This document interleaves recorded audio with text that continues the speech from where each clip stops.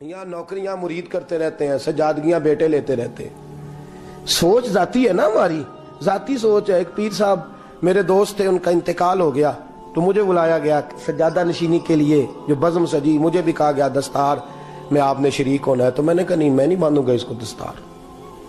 मोहब्बत का सिलसिला था, मेरी वहां बात सुनी जाती थी तो मैंने कर ली।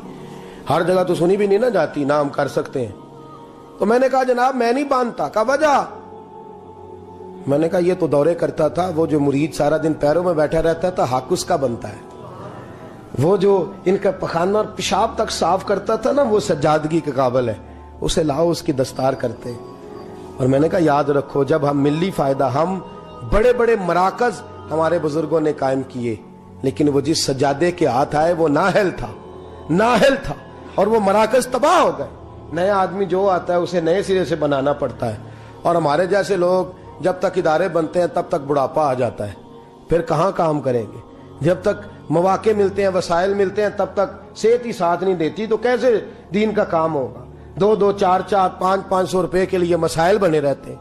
हम लोग उन मराकज में क्या रह गया है। हमने बेटों को और सज्जादों को जब आगे लगाया तो क्या असर हुआ है। मज़ारात पे वो लोग बैठ गए जो बंदरों का नाच देखते हैं। वो लोग आज दरबारों के सो गए। आप लोग ये दर्द है, इस दर्द को सुने, खूगरे हमद से थोड़ा सा गिला भी सुन ले। आज बड़े बड़े आस्थानों पे शेर पालने वाले, कुत्ते रखने वाले बैठे हैं, इसलिए कि हमने सोच कभी भी मिली हजरत अबू बकर सिद्दीक। सब बोलिए, जो अभी तक नहीं बोले वो भी कहिए रदी अल्लाह ताला। क्या खूबसूरत मेरे महबूब के सहाबा है। वक्ते विसाल आया है, अपना बेटा सियाना है, समझदार है। हजरत मोहम्मद बिन अबू बकर पढ़े लिखे, दयानतदार, नेक, सियाबिय रसूल है। लोग हजरत अबू बकर सिद्दीक के पास आए, कहने लगे खलीफा कौन बनेगा आपके पास। कब मेरे बाद खत्ताब का बेटा उमर बनेगा, वो बनेंगे। तो कहा हजरत जी आपका अपना बेटा भी तो है, तो उमर तो बड़ा सख्त आदमी है, आप उसको बना के जा रहे हैं, अपना भी तो शहजादा था। हजरत से हाँ बेटा अहल हो तो बनाए। हजरत अली ने बनाया इमाम हसन, अहल हो काबल हो तो हर्ज बनाए, हर्ज नहीं काबल हो। हजरत सैयदना अबू बकर सिद्दीक रदी अल्लाह ताला अन्हु मिल्लत की बात करते हैं, कौम की बात करते हैं, इस्लाम की बात करते हैं। फरमाने लगे भाई मैं कब्र में जाऊंगा तो मुझसे अल्लाह ताला पूछेगा कि तू मेरे महबूब की उम्मत का निगहबान था, बता डोरी किसके हाथ में दे के आया है। तो मैं अल्लाह की बारगाह में यह जवाब देना चाहता हूं कि उसको दे के आया हूं जो तेरे नबी की उम्मत का सबसे ज्यादा ख्याल रखेगा। लिहाजा बेटे को तरजीह। हजरत उमर के इंतकाल का वक्त आ गया। भाई बेटे प्यारे किसे नहीं होते, बेटे प्यारे होते हैं कि नहीं, बोलिए।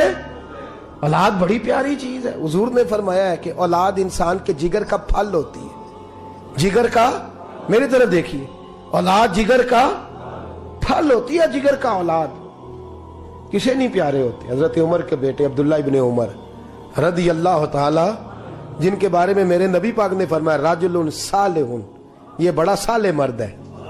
हुजूर ने गवाही दी कि उमर का बेटा बड़ा राजुलुन साले, साले मर्द है।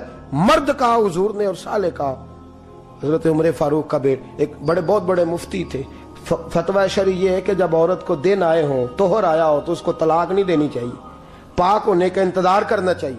एक दफा हजरत अब्दुल्ला इब्ने उमर को बड़ा गुस्सा था, बीवी ने कोई ऐसी बात कर दी तो अय्याम तोहर में, हैज के दिनों में तलाक दे दी। हजरत अब्दुल्ला इब्ने उमर रदी अल्लाह ताला अन्हु ने ये काम किया। हजरत फारूक आजम का वक्त विसाल आया, लोग आए, हजरत उमर फारूक ने बुलाया, फरमाया मुझे मशवरा दो, मैं किसको अमीर बनाऊं। 11 बंदे हजरत उमर को मशवरा देते हैं कि अपने बेटे को बना दे। आलम भी है, फाजल भी है, और मुस्तफा ने जिसे नेक कहा है फिर वो बड़ा ही नेक होगा ना, जिसे हुजूर ने नेक कहा। कितने लोगों ने मशवरा दिया, बोलिए। हजरत उमर फारूक रदी अल्लाह ताला उन्होंने फरमाया जो मेरे बेटे का नाम लेते हैं वो उठ के चले जाएं, जो मेरे बेटे का नाम लेते हैं वो निकल जाएं, उठ जाएं। कहा हुजूर क्या मतलब। फरमाया जिसे अपनी बीवी को तलाक देने का तरीका नहीं आता उसे मुसलमानों का हुक्मरान बना दो, जिसे तलाक नहीं देनी आती वो मुसलमानों का हुक्मरान बन जाए, तबाही करे। खबरदार कोई मेरे बेटे का नाम ना ले। हुजूर फिर किसको बनाएंगे।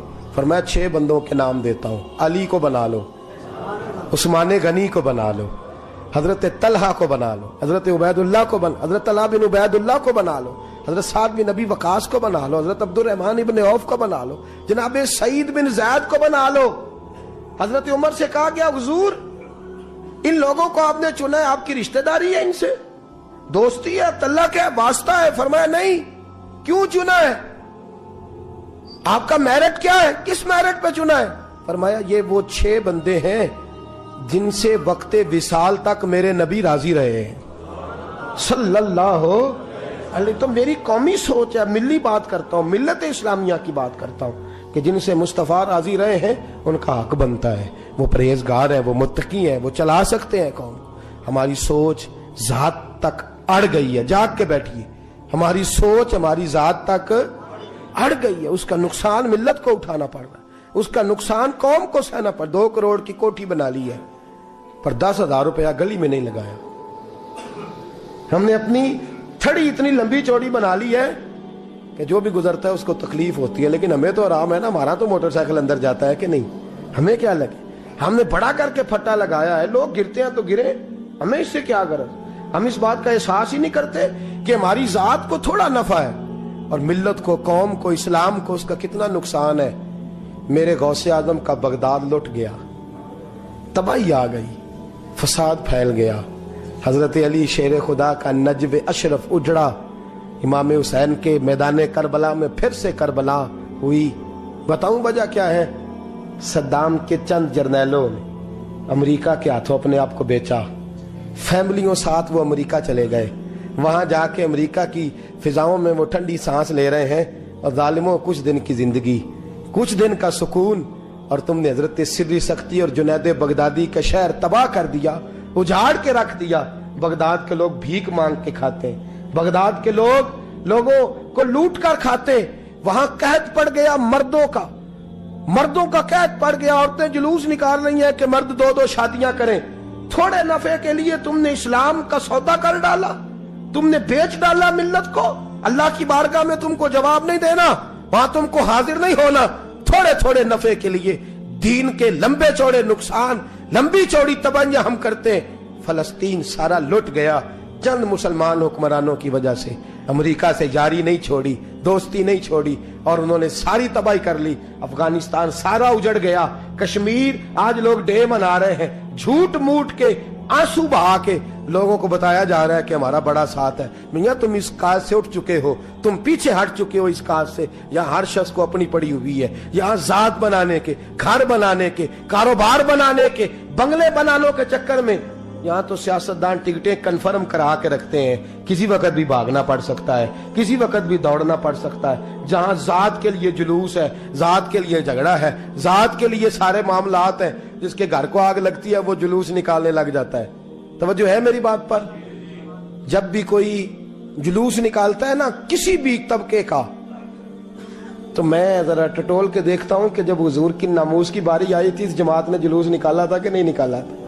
آج کئی سرکاری ملازم سڑکوں پہ ہیں، ہمیں کوئی غرض نہیں وہ کس کام کے لیے، لیکن یہی سرکاری ملازم ناموس رسالت کے جلوس پر یہ کہتے تھے ہماری نوکریوں کا مسئلہ ہے، ہم اگر باہر نکلیں گے تو گورنمنٹ ہمیں نکال دے گی۔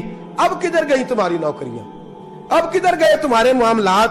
تم نے تھوڑا فائدہ حاصل کیا اور کتنا بڑا تم نے نقصان کیا۔ رسول اللہ صلی اللہ علیہ وسلم کو تم نے ناراض کیا، اور تم حضور کی شان اور ناموس کی خاطر اپنی اس نوکری کو قربان نہ کر سکے۔ آج مسئلہ گیا سارا کچھ، آ جاؤ، لوٹ آؤ، در رسول کی طرف آؤ، میرے محبوب کریم صلی اللہ علیہ وسلم کے غلاموں جیسا کردار اپناؤ، اظہار کرو، قربانی دو، دوسروں کا نفع سوچو، دوسروں کی بھلائی سوچو۔